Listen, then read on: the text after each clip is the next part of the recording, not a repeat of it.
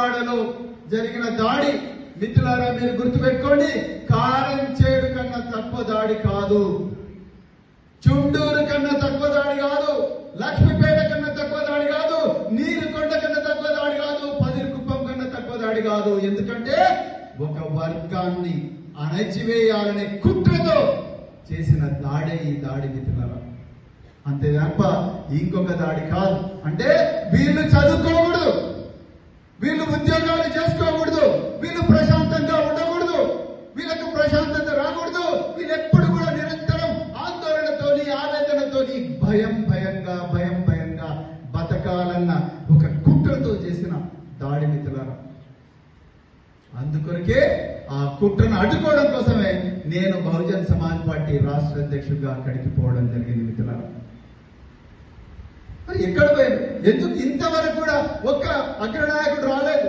మరి మీరు ఓట్లేస్తేనే కదా మీరు పోయింది.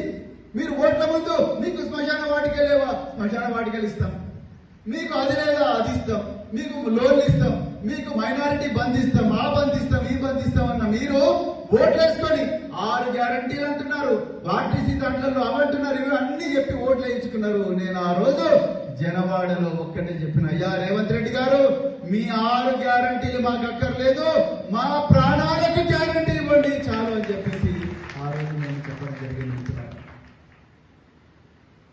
మిత్రులారా. దయచేసి దాని తర్వాత నా మీద విశ్వ హిందూ పరిషత్ తెలంగాణ రాష్ట్ర నాయకుడు ఒక స్టేట్మెంట్ ఇచ్చాడు. ఏమని?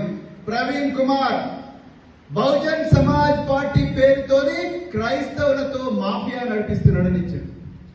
మీరు చూడండి, ఎంత విషపూరితమైన పదజాలం వాడుతూ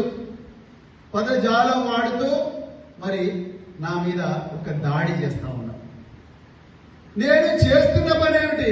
నేను మళ్ళీ చెప్తున్నా, రాజ్యాంగం ఇచ్చిన హక్కుల ద్వారా హక్కులను కాలరాస్తూ హిందువుల మీద దాడి జరిగిన ప్రవీణ్ కుమార్ అక్కడ ఉంటాడు, ముస్లింల మీద దాడి జరిగిన ప్రవీణ్ కుమార్ అక్కడ ఉంటాడు, క్రైస్తవుల మీద దాడి జరిగిన ప్రవీణ్ కుమార్ అక్కడ ఉంటాడు. బహుజన్ సమాజ్ పార్టీ ఉంటుంది. ఎందుకంటే మేము రాజ్యాంగాన్ని నమ్ముకున్న పార్టీ, రాజ్యాంగమే మా మేనిఫెస్టోగా పెట్టిన పార్టీ. కానీ అది జరగడం లేదు, ఎవ్వరు కూడా మాట్లాడడం లేదు. ఈరోజు నాకు చాలా ఆనందంగా ఉంది.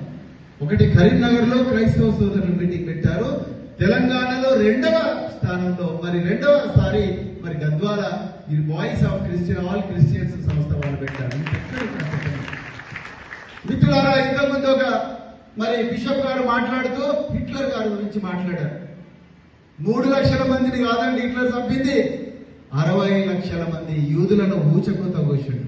1 కాదు 2 కాదు, 60 లక్షల మంది. ఆనాడు జర్మన్ సమాజం హిట్లర్ యూదులను ఊచకోత కోస్తుంటే ఒక్కరు కూడా అడ్డం పోలేదు. ప్రతి ఒక్కరు అనుకున్నారు హిట్లర్ యొక్క రహస్య పోలీసులు యూదులను ఈడ్చుకొని పోతుంటే, అయ్యో నా దగ్గర వాళ్ళని ఈడ్చుకొని పోతున్నారు, నాకేమున్నది, నేను యూదుని కాదు కదా అనుకున్నారు. అర్థమైందా? రెండవది, ఇంకొకసారి క్రిస్టియన్లను కూడా కొంతమందిని ఈ ఊచకోతను ప్రశ్నించిన క్రైస్తవ సోదరులు కూడా తీసుకుపోయి విషపు ఛాంబర్లు, గ్యాస్ ఛాంబర్లలో ఊచకోత కోసారు. అప్పుడు అనుకున్నారు, అయ్యో నేను క్రైస్తవుని కాదు కదా, నా దగ్గరికి రాలేదు కదా, నేను ఎందుకు పట్టించుకోవాలనుకున్నాను. ఇంకా కొన్ని చోట్ల పోయి మరి డెమోక్రాట్ల దగ్గరికి పోయారు. డెమోక్రాట్ల దగ్గరికి పోయి వాళ్ళని ఈడ్చుకొని పోతుంటే, నేను డెమోక్రాట్ కాదు కదా, నా దగ్గరికి రాలేదు కదా, నేనెందుకు వాళ్ళ గురించి మాట్లాడాలనుకున్నాను. చివరికి ఒకరోజు ఈ విధంగా ఎవరికి పట్టని వ్యక్తుల దగ్గరికి హిట్లర్ రహస్య పోలీసులు వచ్చిండ్రు. అప్పుడు వాళ్ళ గురించి మాట్లాడడానికి ఎవరు లేరు. అర్థమైందా మిత్రులారా?